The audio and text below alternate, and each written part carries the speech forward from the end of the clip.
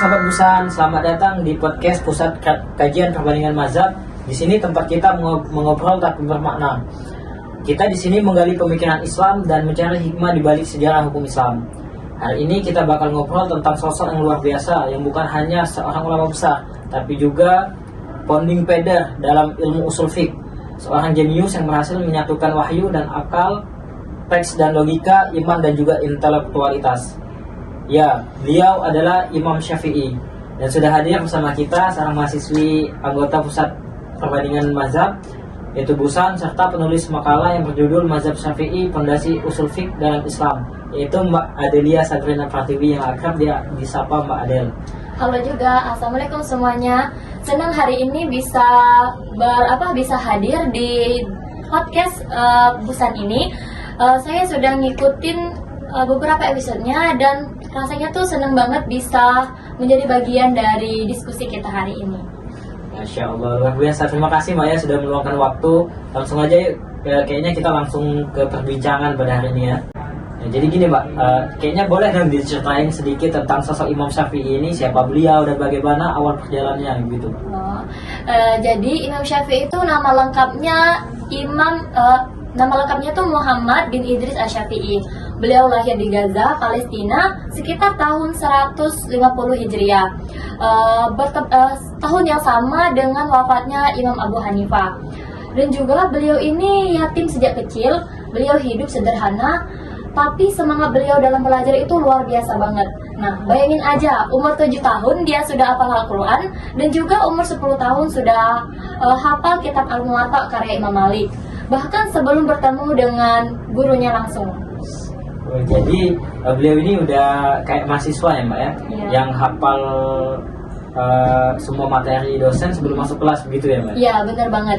Dan gak cuma itu loh, Imam Syafi'i ini juga pergi ke suku-suku pedalaman Arab untuk belajar bahasa Arab murni. Karena bagi beliau,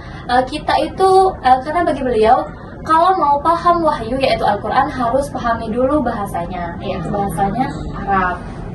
Nah Mbak, yang bikin Imam Syafi'i istimewa itu kan bukan cuma keilmuannya ya, tapi juga sistem berpikirnya. Nah, bisa nggak sih Mbak tuh jelasin gimana sih cara berpikirnya Imam Syafi'i ini?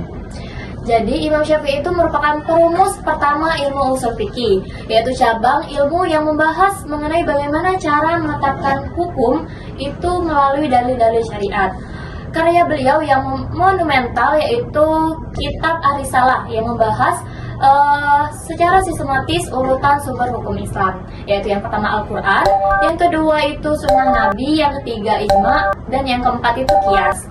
Beliau juga melakukan pendekatan besar, yaitu ahlu hadis yang berpegang pada teks, dan ahlu ra'yi yang berpegang pada logika.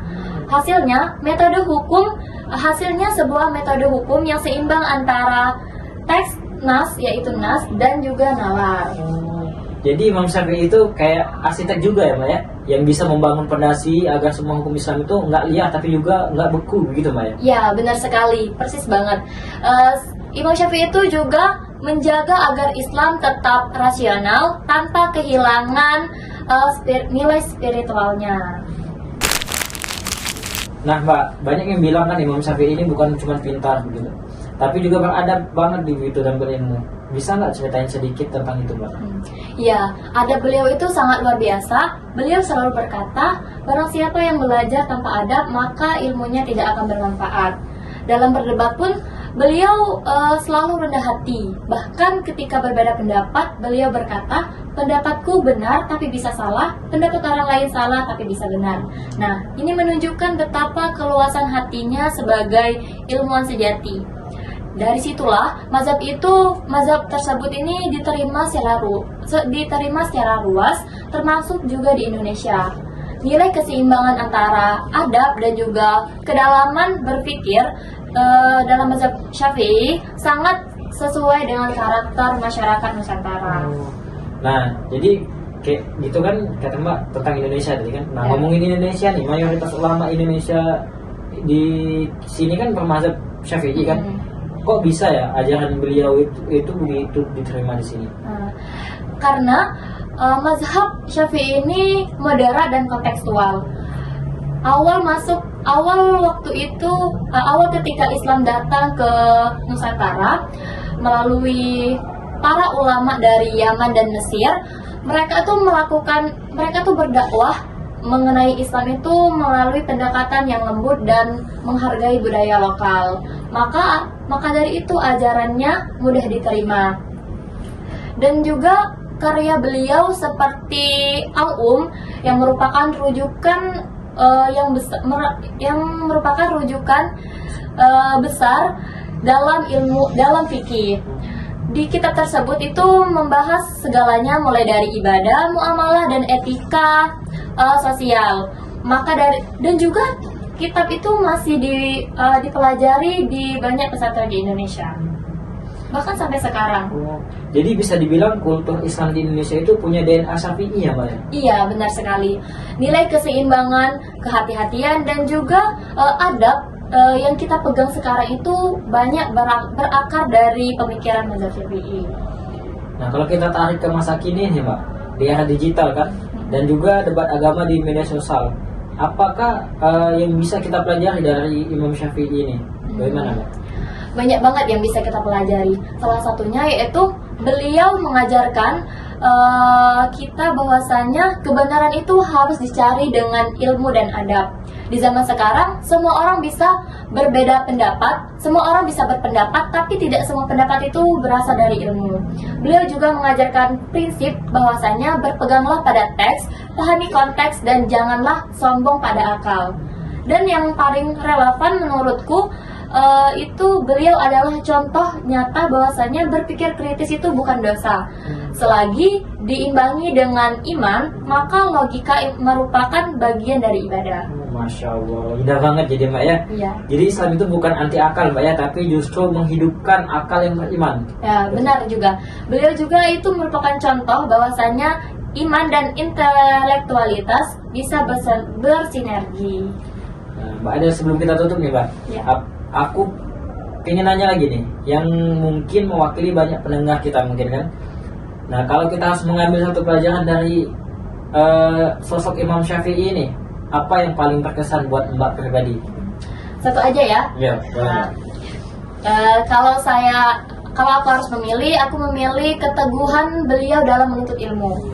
Nah, beliau ini pernah berkata, ilmu itu tidak akan memberikan sebagian dirinya sampai kamu memberikan seluruh dirimu kepadanya. Nah, ini maksudnya kalau kita itu ingin benar-benar berilmu, bukan hanya sekedar tahu, kita harus total, sabar dan tulus.